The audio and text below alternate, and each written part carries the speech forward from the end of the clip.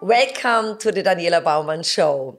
Today I'm thrilled to introduce Sabinije von Gaffke, award-winning moderator, communications expert, and founder of IMPACTFUL Ventures. As a communications catalyst, she believes storytelling and true interest are key to human connections. Her journey centers on balancing human being with human doing to uplift humankind. Sabinije, welcome and thank you for being here. I'm so excited. Thank you, Daniela. Finally. Oh my God.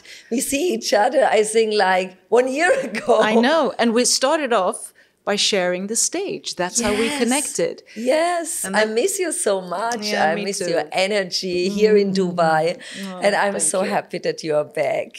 Yay, me too.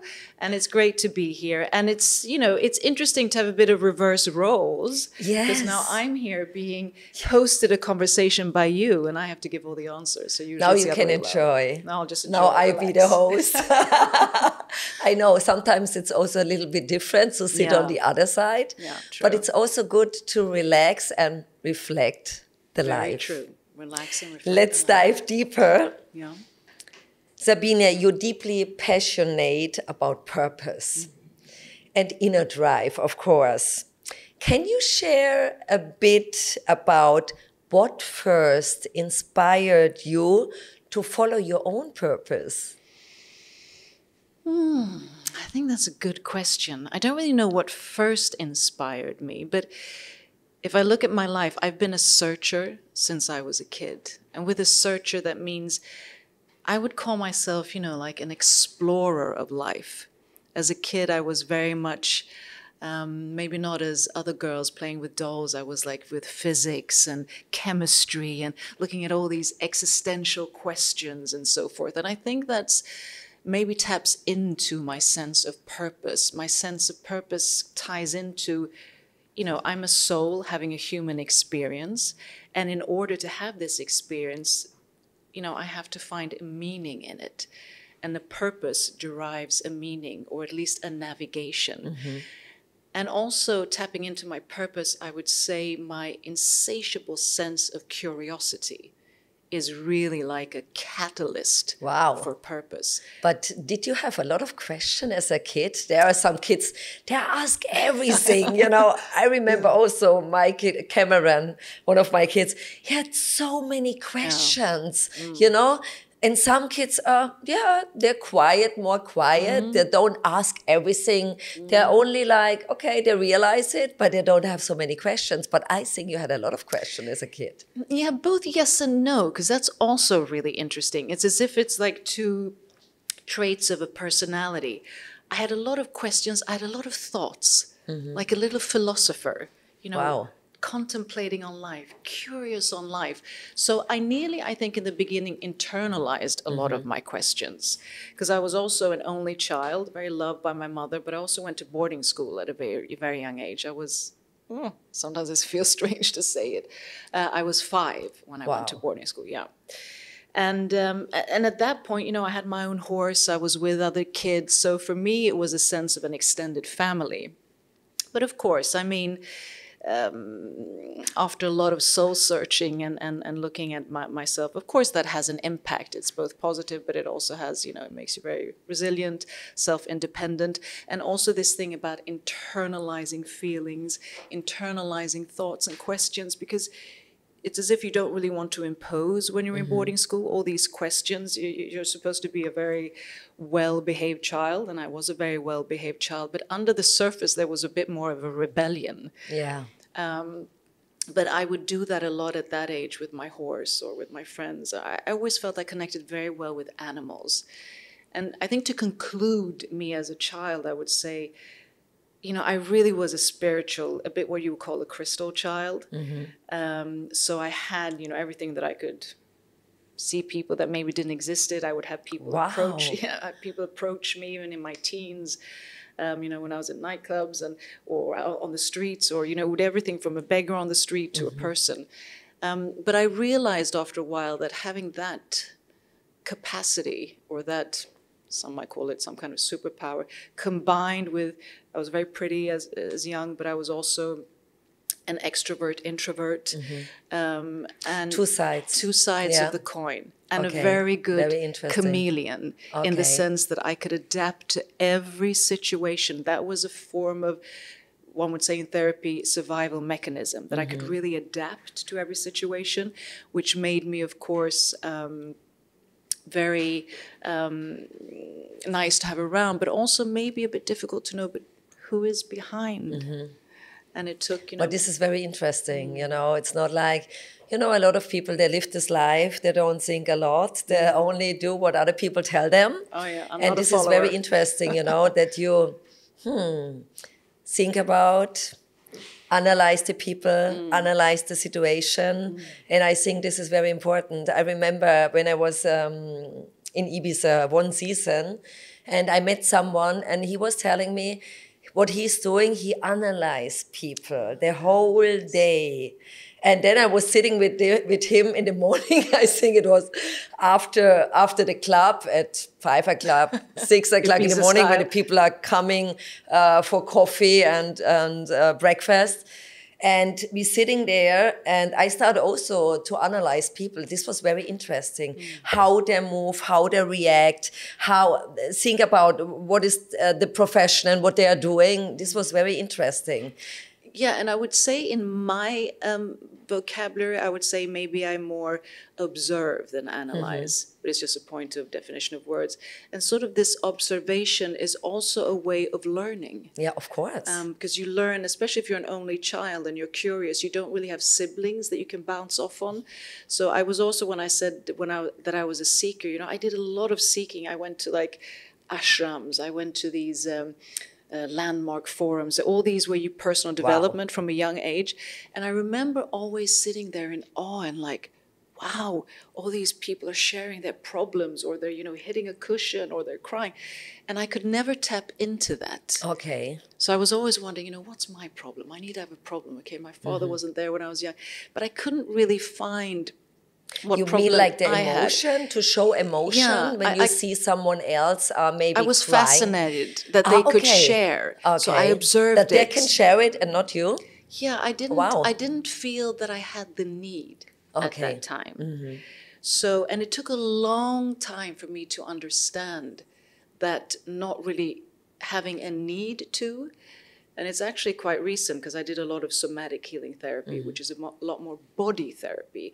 And that's not because, you know, oh, I need therapy. It's because it's part of my spiritual path. Wow. It's part of getting, you know, closer to who I am, evolving. And so somatic body healing is a lot about... What is this exactly for our audience, that they understand it better? Somatic body healing. So somatic is more when it actually, because we internalize a lot of our emotions, our feelings, traumas, and they're sort of energetically placed in our body. So if you do... it stays in the root chakra, I hear about it. I mean, root chakra is, if one talk about, you know, our chakras, or if you talk about our body, like women have a lot in the hips, we store a lot in our hips. Root chakra is the chakra for, you know, security, safety. So of course there we can also store a lot of, whether it's traumas or experiences, things that, you know, maybe we didn't understand, or whatever it could be. But for me, somatic body healing, I came across an amazing woman, Taya Stapelfeld, when I was on Ibiza. So Ibiza is my spiritual haven. Wow. I go there a lot for several years. We have that in common. Oh my God. Because it's got so much energy. Yes, it's an energy it changed vortex. my life. You know, it changed my life. Yeah. Maybe you remember years ago, Ibiza was the healing point, the awakening. Awakening too, I agree. And tell me more, And a free spirit. It's where the feminine really comes across, where our femininity can flow. Because it's a feminine island in the Scorpio, and the goddess Tranet is feminine.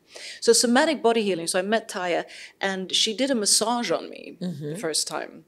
And, you know, and then she goes into different points, and she asks you to breathe at a certain point. And then all of a sudden I was crying, I was laughing. And, you know, after the massage, I was just like, wow, what was that? So somatic body healing is a way of healing your body and releasing traumas, or releasing, you know, stuck emotions without the therapeutical talk. that can take ages. This is just your body releasing energy, so you have place for new energy to come in. Oh, this is amazing. I never hear about it. It is amazing, and I highly recommend it. And somatic, what she does is first you talk, and then she sort of starts the body work, and where you might have compressed, that's when she starts. And it can get quite painful, but you use breath to release the pain, and then the body starts to do its own thing. It can shake, it can, cry, whatever it might be, or not do anything. But then you have sort of a release of energy. And I think that's important, because I know we're going to tap into longevity, that, we as humans, our body is the most refined, artificial, super intelligence that exists. Yes. It's just that we don't know. We don't know. Nobody capacity. told us in the beginning. Exactly. No. And for example, also Hippocrates, who they say was the father of medicine, said, food is thy medicine. We have the potential to, whether medicine is supplements, training, exercise, clean food, to heal our own bodies. We have a brain that has neuroplasticity, which means we can form new thoughts, we can expand our brain. And those are the kind of things that, I and my little philosopher brain But this is very interesting. About. This comes out, I think, not many years ago. Yeah. Now you can find everything. You can find, okay, this food is good for you, this food is bad for you, this food affects your body. And when I remember as my parents, oh my God, they don't eat any healthy, they don't think about healthy. And today you really, I ask myself, in the morning, I love Nutella. Oh, and this is very bad. It's chocolate. So bad. But you love it. That's the main thing. Of course I love it. But then when I see all this, what I can say, the videos, when they talk about how bad, how many sugar, of course I know they have a lot of sugar. But then I start to think about, is this maybe something who is good for my body or bad for my body? And I start to tell me these questions. But as I remember as a kid, oh my God, I was this type of kid. I don't eat regular on the table. I was always hungry on chocolate, baguette with butter and Nutella on it.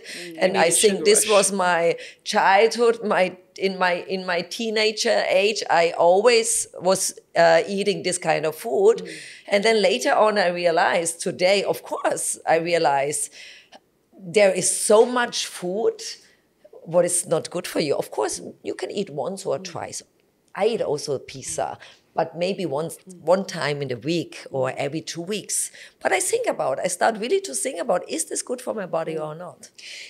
I think that's interesting, because when it comes to health, when it comes to nutrition, when it comes to diet, so-called diets, and, expert advice, I find it's also time for us to understand that, everybody is unique.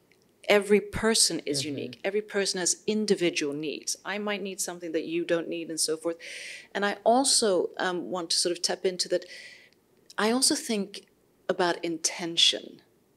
So if you like Nutella, for example, and your intention, and this is not any expert advice, this is just my own, flow of thoughts. If you really enjoy, you sit there, you hear the ocean, or in the evening you light a candle, and you take this Nutella and you're grateful for this Nutella, and it's that moment of joy or awe. I believe that the body processes this as something positive. Okay. Because our body, our body, because a lot of the time we're just consuming. Yeah. Whether it's healthy or not, we're consuming, where our thoughts are elsewhere. So our body is not in synergy or coherence with our brain. So therefore, I think, just as a side dish, that life is also about enjoying, but enjoying needs to have some kind of purpose or intention, and also a moment and space in time.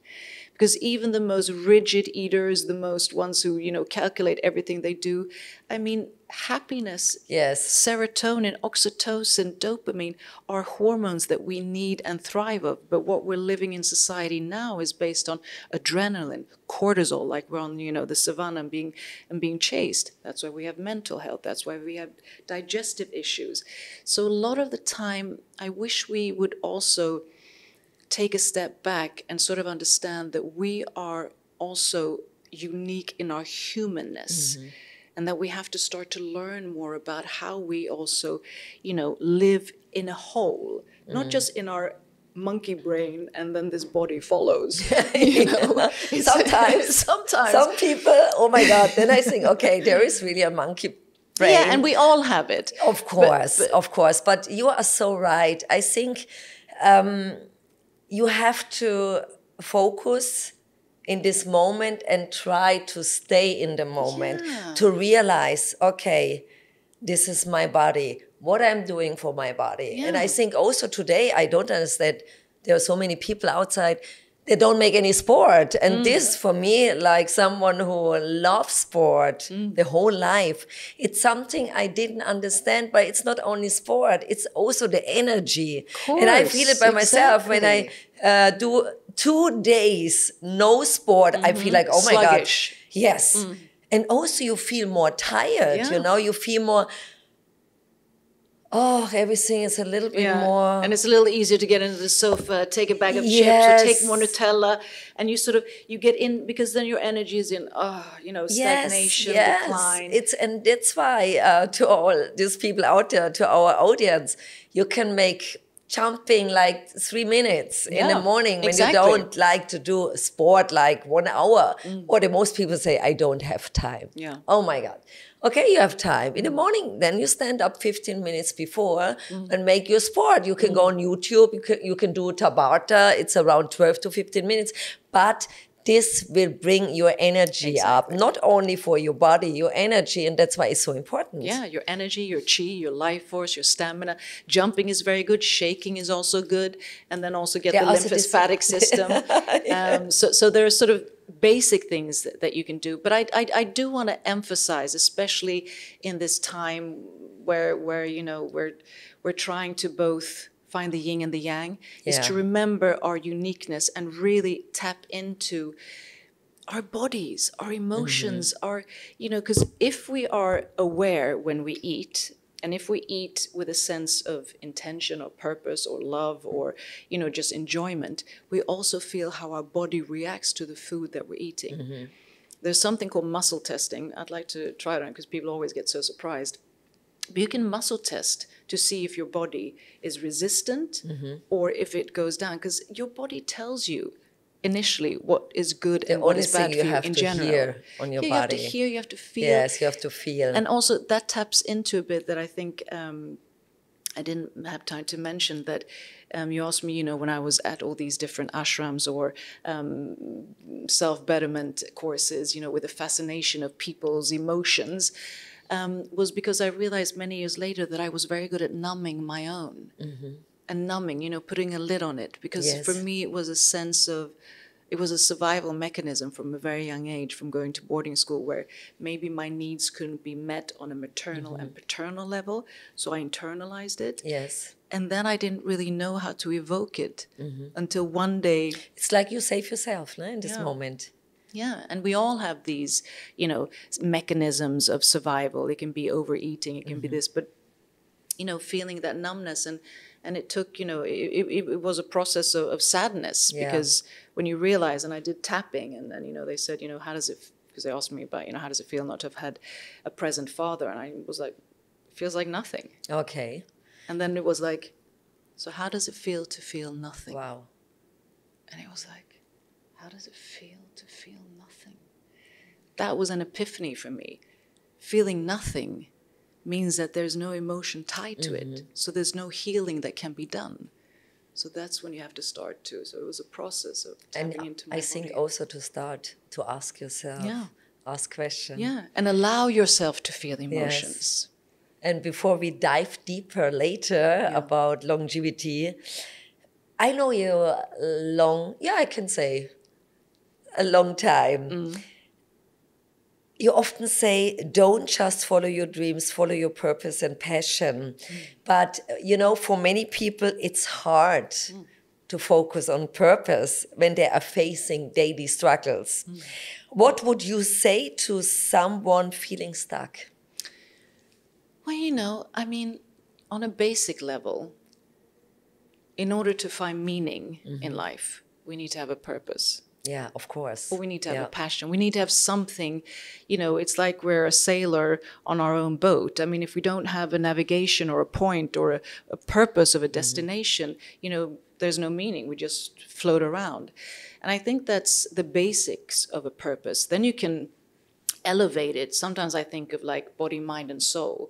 You might have a purpose and you tap into, okay, I want to feel good, I want to have health, or I want to learn more about healthy living, or I want to gradually start to, find something that I enjoy, whether it's running, paddle, yoga, jumping, whatever it might be.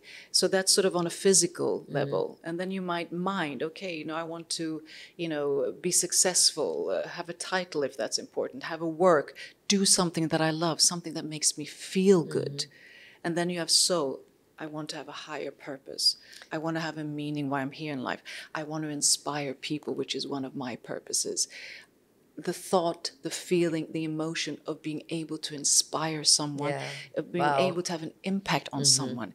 It's the biggest rush of gratitude that makes, it meaningful that I do what I do. Yes. Because every human being wants two things: to be seen and heard, and also two things: connect and belong. Yeah, you are so right. I think this is very important.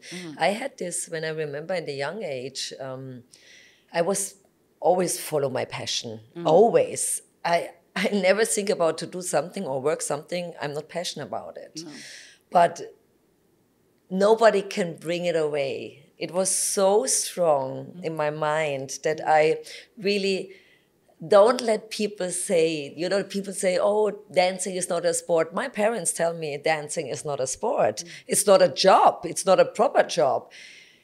But I was thinking for myself, why? Why? When I'm passionate about it, why I can make money with dancing? And also later on, I remember I was working for Yves Saint Laurent, I do the makeup and in what I can say, in a shop. Yeah. And then I remember all the women were standing there and waiting for clients. And I was thinking, it's so boring to wait my time off that one client is coming and buy a lipstick. You know what I mean? I lose my time. And then I realized, no, this is nothing for me. And I was asking the other women, what do you think about? This makes you happy to stand 8 hours and you sell only one lipstick? And the time was for me more important. And then I realized, okay, I have to do something. I have to work for myself. And I start to work for myself and create dancing groups. But I love that everyone in this world really wake up, do what they love, that they stand up in the morning and feel like this is no work. I never felt in my life before I was working in this cosmetic industry, I never felt in my life that I work. Exactly. Never. And I think this is passion and purpose. I so agree. And I mean, you are such a good example of that. I mean, and that is also your whole energy. I mean, the vortex of your energy is light, is heartfulness, wow, thank you so much. Is powerful, is resilient. I mean, there's a lot of work behind it, but it's also a sense of meaning. And that also exudes, for example, in your energy. That's also why you attract people. That's why people are, attracted to your energy, your positivism, your resilience.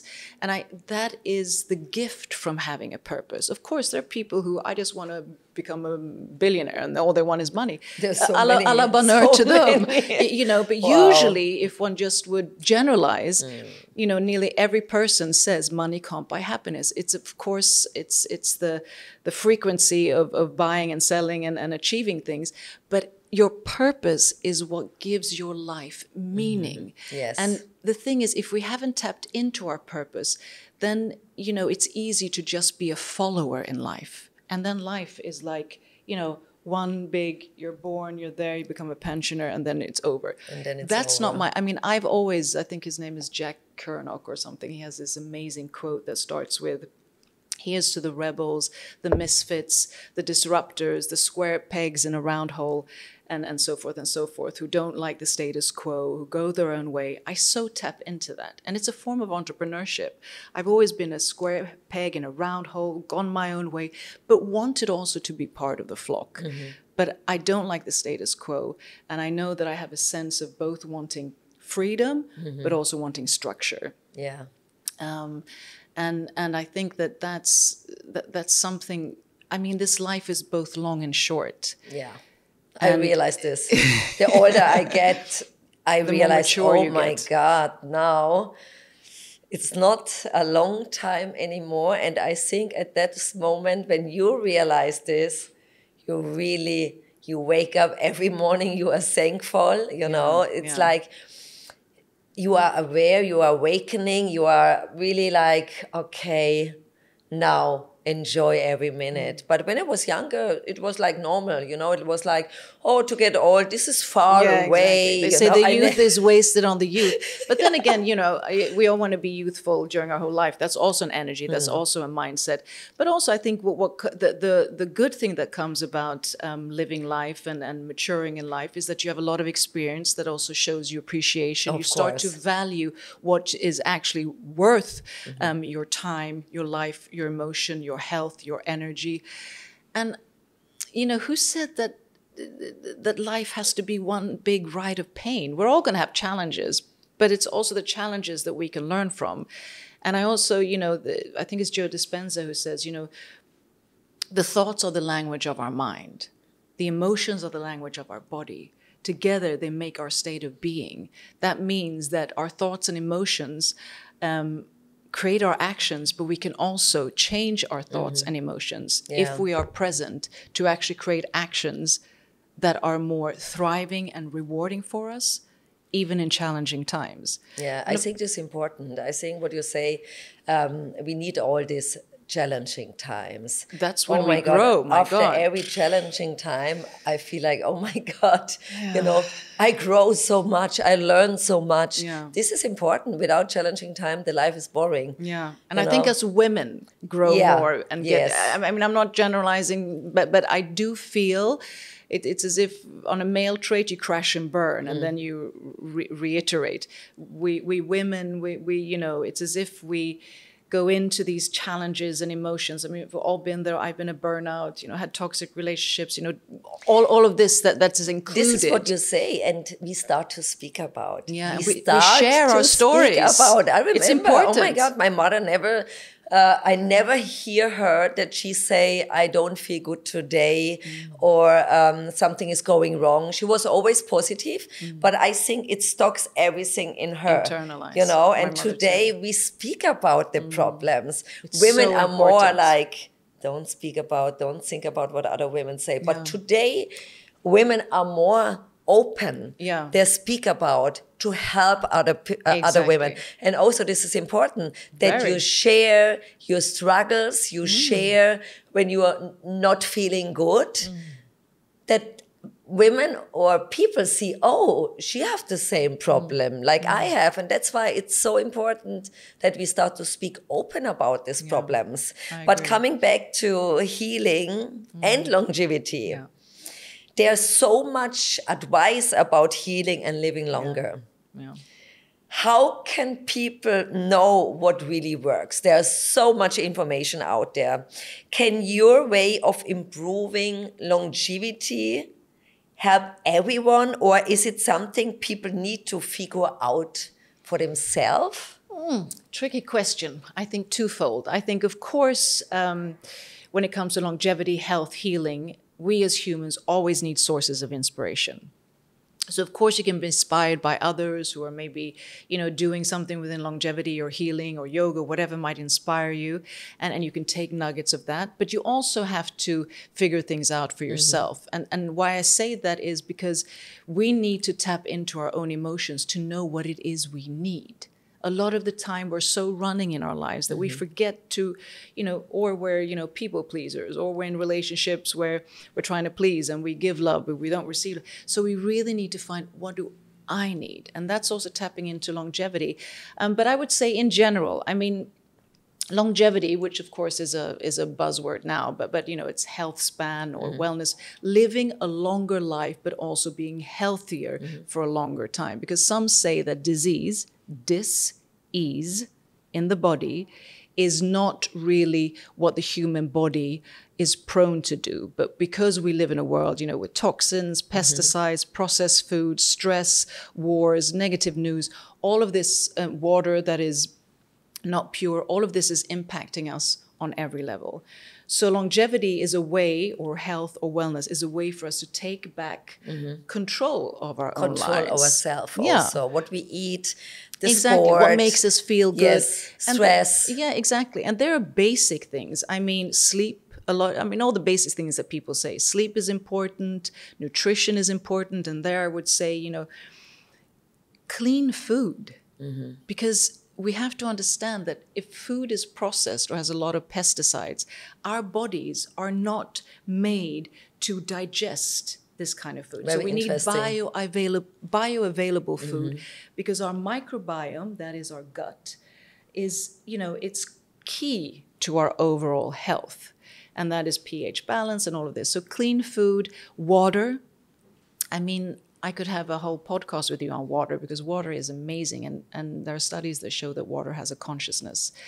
And today our water, you know, it's either it's polluted or is flushed through pipes, and, you know, there's all of toxins or also, you hear hormones. a lot of things that water is not this good anymore. No, this kind of water. There are different waters. I don't think it's good anymore. And plastic bottle is not good anymore. But if you would sort of tell the population how bad it is, then we would get a scare. But I think as a piece of advice is there are ways to improve your water. Either get a water filter, or there are these hydrogen bottles that you plug in that through different frequencies and swirls of the water, it takes the water back to its original frequency. Okay. And then you can actually take the water and it actually quenches your thirst. It actually replenishes and renourishes you. And there is a Japanese, or he's not living anymore, a Japanese author and water specialist. His name was Dr. Emamoto. He did amazing studies on water, where he used, just to keep it short, crystallized water. And then he would expose the water to positive affirmations, saying, I love you, you're beautiful. I saw this. Yeah, or very then interesting. screaming or hard rock music.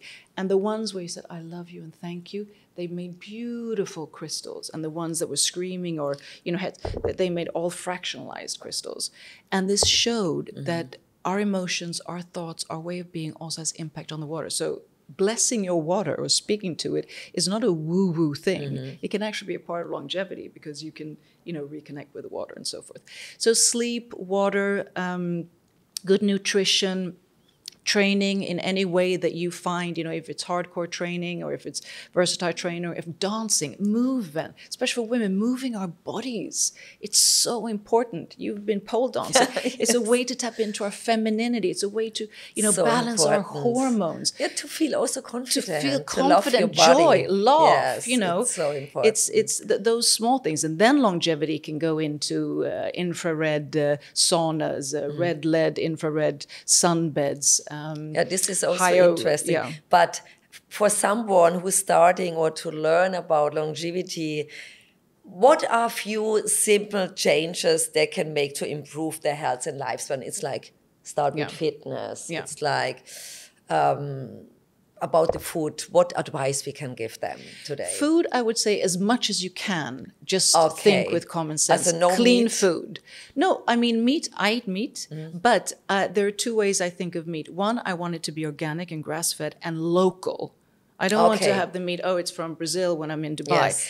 I want it local. I like wild, because then the animal hasn't suffered in the same sense.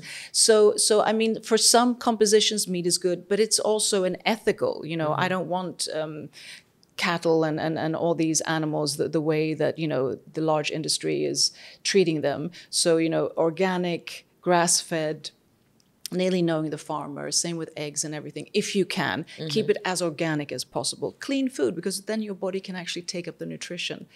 Exercise, whatever makes you happy. Another thing that I would add, you know, is cold showers. Yes. Every morning. It comes so popular. Yeah, and it's cold shower, amazing. ice bath, yeah, amazing. Ice baths and cryo chamber, you need to go somewhere. But if you Yes. want something practical in your own home, I do dry brushing every morning, my whole body. Dry brushing, it, stimulates the blood circulation. I'm obsessed with skin, so, it also stimulates the skin structure. Dry brushing. I have a really hardcore brush. Okay. And you do it in circular motions up towards the before limbs. you go in the shower. Before I go in the shower. Okay. Then I go in the shower, and I always have ice cold shower, hair, body, everything ice cold. And after that, I'm very precise with, I rehydrate my body, not only my face. I also, you have to, worship is maybe the wrong word, but you have to worship something of yourself, and that self-pampering makes me feel good. Yeah. It's when I think, it's when I, it's part of, it can take a little time, but I'll give myself that time. So cold showers and dry brushing. And then it's more like lead bed saunas. So you sweat out toxins, get your lymph systems to start going. And then there's... Did you do special treatments? Yeah. Yeah, what kind of treatments? Well, I do a lot. I mean, wherever I go now, when I'm here in Dubai, I'm at different, like Cryo and these different places. So I always do like EMS training, for example. Yes. With electrodes, and I combine that with resistance training, and I do power walks every morning as much as I can, or in the evening after food, also just to keep the metabolism going. So red lead beds, red lead saunas. Red lights, beds and saunas. Yeah. What is this doing with your body? Well, the red lead sauna in general has really good... Sauna is good, yes. Yeah, you sweat out your toxins, your lymph system gets more cleansed so that it can start to really, continue to detoxify your body.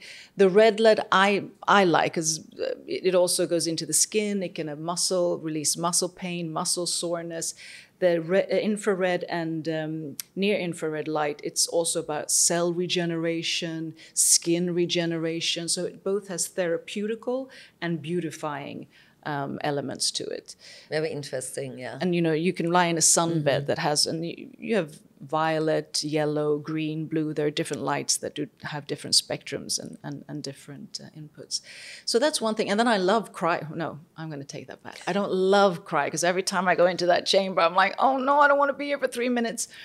But, and that's also very therapeutical for muscle pain. It revitalizes, re-energizes, takes away brain fog, better sleep, and so forth. So those are 3 things: EMS training, red lead beds, and the sauna and cryo, that I really do on a regular basis. Wow. And then you can step it up. You can do IVs. Yes, let's talk about it. It became so famous about, I think, Justin Bieber and his wife are doing the I think IVs. everyone is doing it. They do a lot of that. In the moment also, I see a lot of celebrities. When you look at them 2 years ago or 3 years ago, they look so old or look so, I don't know. Bloated? Or old now or before? Before they look old, and now they looks younger. Yeah, Christina Aguilera. Yeah, you see? Different person. Who else? I don't know, it's true, you can believe everything on the media, but I think Madonna also, they changed, looks like, oh my God, they looks 5 to 10 years younger. What's going on? Did you think they're also used to it? I can't talk about them personally, but of course, let's say the trend at the moment when it comes to longevity is IVs. IVs is more, en masse, because IVs is you take different nutrients, whether you need a reboost, hydration, hangover. I do NAD, and NAD is, NAD. Yes, tell me about NAD. I use NAD tablets. Yeah, NAD plus tablets. I think 8 weeks now, and there was I don't share it with you before. And feel any difference? It takes not time. Yet. In a moment they say, okay, you get more energy, but I have enough. Yeah. But then you can be proactive to preserve, because you also, what comes out also needs to be replenished. Of so course, you need to of restore. course, you get energy, and you see also that your skin change after 8 to 9 weeks. Maybe it's a little bit too early. Yeah. I have to wait a little. But when you make the injection, it's faster, they were saying. Yeah, it's faster. Some say it's more bioavailable. Some say there's not enough research and science. So who knows? But you know, it's not invasive in the wrong way, at least. When it comes to NAD, yes, I do IVs. It takes nearly 2.5 to 3 hours, because NAD, I think it's a larger molecule, so it takes longer time to penetrate through the blood than other IVs that might take 40 minutes. And it is to reboost the system, regenerate the cells, the mitochondria, which are sort of our power stations. And it's, you know, said to be, you know, anti-aging and so forth. David Sinclair talks a lot about this. So that's one I would recommend. Then you can go maybe to the more extreme and more expensive, which is stem cells. Yes, I hear about it. Yeah, Also so stem cells is what probably a lot of, let's say, if we generalize celebrities and high net worth people are doing. Yeah, but it's also very expensive. It's very expensive, yeah. I hear about 100,000. Yeah. Wow. And then it can either be stem cells your own, that's you take blood and then they put it through a machine and then they take the stem cells and then they IV, this is very simplistic, through IV back in your body, or you can take someone else's stems. They can have stem cells bank of someone younger. The most popular, and that hasn't really been, isn't legal in all places, but in some places at very high-end longevity clinics like RMI Health in Costa Rica and so forth, you can take from the embryo cord. I hear because that's about where the it. Yeah. Yes. So when the mother gives birth and they cut the cord, then they preserve the cord, and then you can derive stem cells that are, you know, the most I hear about it, yeah. regenerative, and that really, they say, regenerate the Did body. you try this or Not yet. Not yet. But Let's go together. Yeah, let's go together. No, Let's plan for our ladies. I'm an ambassador for RMI Health in Costa Rica, and they have all of these amazing. I hear treatments. about it. This is crazy. Yeah. So that's the two parallels of sort of rejuvenating, this anti-aging, living longer, living healthier. Another thing to bear in mind that is also, you know, if we don't measure things, we won't know what has actually happened in our bodies. So I do find that, now I didn't bring everything, but I do find it important to emphasize that, you know, there are so many wearables today that can, you know, look at your blood levels, your sugar levels, your sleeping patterns, your cell regeneration. I mean, if it's everything from Apple Watch to Oura Ring. So really try and look into that, because it's when we start measuring, we also get motivated and we can start, because I believe in personalized and precision medicine and longevity, because everybody is unique. Everybody needs something else. But then when we do all these things, it's coming up new. And at this time, when I remember 20 years ago, nobody was talking about. I think when we do all these things and live really a life where we really control what we eat, control what we are doing, control our body, control what we think about. Word, take care of. Did you think we live longer? I mean, the studies that there's something called LEV, longevity escape velocity, which is a study looking at, you know, through an exponential eye, that with the technology that we have and with the technology that is coming, that is enhanced by AI, you know, we are able to cure and treat diseases and have more a preventative health care than what we have today, a sick care that wants to put us on pharma. So preventative, and they say that means that if you, for every year you're alive, you get extended more than 1 year, and then that becomes exponential. And that the first person who has already been born who can have infinite life, or Brian Johnson, who is very well known in the longevity industry, who has a motto of don't die. So, I mean, let's say that we could live forever.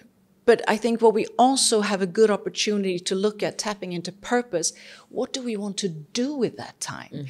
Because as technology is coming in, automation is happening, you know, this might give humanity the opportunity to leverage to the next level of consciousness, where we also can tap into how it is to be a human being, more than a human doing, where we tap into a source and a sense of purpose, meaning, you know, a unity, a vibration of love, so that, you know, we start to create a new narrative and a new mindset.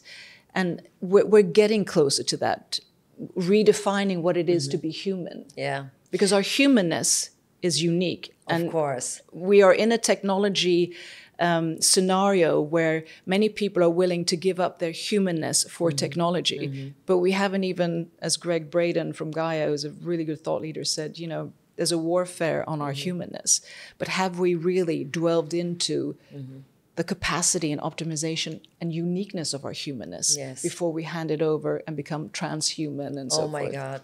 Oh my It's God. a The whole other future level. looks so a little bit scary. But before we go in this part about the future AI, you created the Impactfulness Ventures, which focused on purpose-driven content.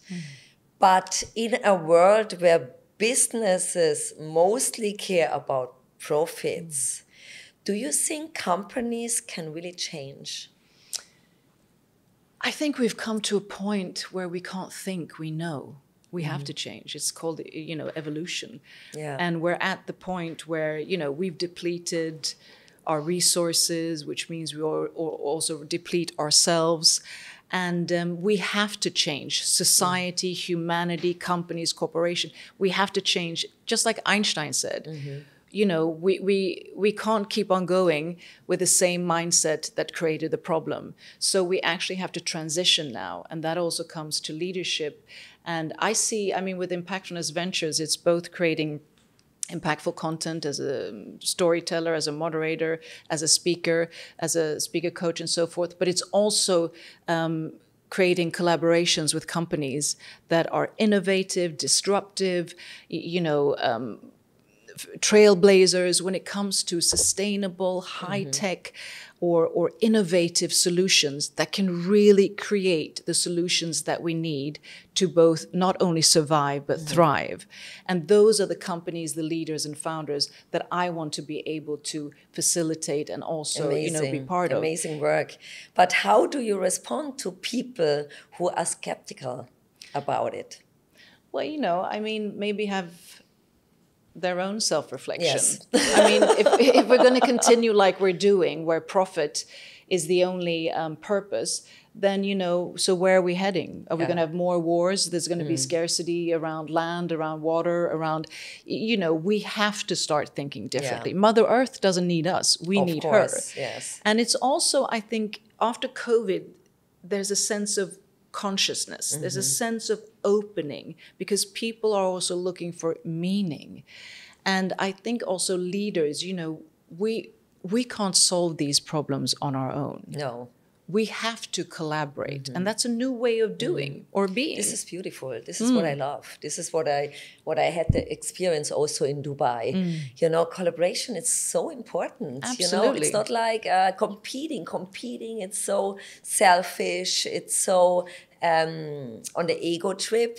But when you support, when you collaborate together, you can be stronger, like women. Yeah. When we women are coming together, support each other, we are so strong, we are so powerful. Why you do it by yourself when you can do it together? And especially when it becomes a necessity. We're at that point where, you know, collaboration, cross-pollination, cross-sector, all of this needs to come together because we live in exponential times, which means exponential technology. Things are going faster and faster. And you know, we need faster innovation. So countries, individuals, societies need to start collaborating, and we need to understand that we are part of a, you know, of a whole, of a unity. And I also see that leaders, you know, are tapping into this because before a leader could be the one who had all the answers, or like I sometimes say, leadership is leadership. You know, you have followers and you're the leader, but leadership now is more, you know, it's also what we call the soft skills, collaboration. It's really showcasing the potential in others or delegating or decentralized so that we're more people who are part of the solution, more voices are heard. And I'm also tapping into a new venture with an amazing woman who was on my panel last year, where we're doing AI and longevity with high net worth. This is the question, what I like to ask you. everything moving online and more people are using AI, everyone is speaking about, do you think we're losing real human connection? Well, you're asking someone who's very passionate about human connection, and I think without human connection, we're not going to survive as a species as we are. There's a reason why we have our 5 senses. So, in a sense, but, looking at the glass half full instead of half empty, I would say if we utilize technology and AI to do better, to optimize, to automate, then we also give the capacity for us to really recalibrate human connection, because we will be more focused on how do we navigate this, how do we come together, how do we lead, whereas AI and technology can make us do this quicker, better, more enhanced. We save time. We save time, and we also have time to be more in the human being. Yes. But if we use it for other things, it's 2 sides of a coin. But that's how I see technology. It's an enhancer, it's an optimizer, just as longevity is an enhancer and optimizer of our human capacity. So combining those two that we're going to do in a new venture for leaders and for high net worth individuals to tap in, both optimizing their companies with different tools of AI, but optimizing their body, minds, and souls and leadership with different aspects of longevity, wellness, heart, brain coherence, and so forth. But this is very interesting, AI is so fast, and also you don't need so much time. But then when you have a company with 10 people and with AI, you don't need the people anymore. Or maybe not to delegate everything. I think it's a little bit for the future. On the one side, it's really good. You're really fast, everything is easy. You can do videos. When you put also podcast videos, they cut everything by themselves. They give you also the topic. It's very, very good. I really love it. But what about the future when you see everywhere the robots? You know what I mean? It's going to be crowded. Yeah. I don't know. I'm 57. I didn't know.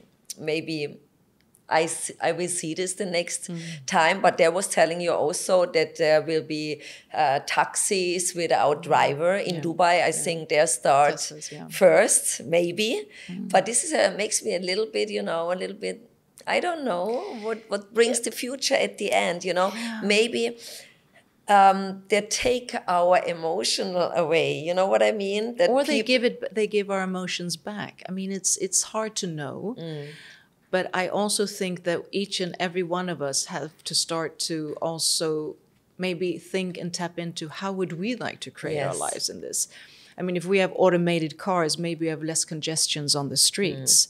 Maybe there are less accidents. Maybe, that there are car sharing, people connect better, and so forth. On the other hand, there are pros and cons with everything. But I think if we're going to try and be with a solution mindset, it's good to see how can technology enhance our lives, and how can we start to reconnect to our own human being. Because when technology automates a lot of different things, when we start to automate and not need a human being, we have to reinvent ourselves. Of course. Just like we did, coming from the Stone Age, Industrial Age, everything was reiterated. We're just in a new age that has accelerated much quicker.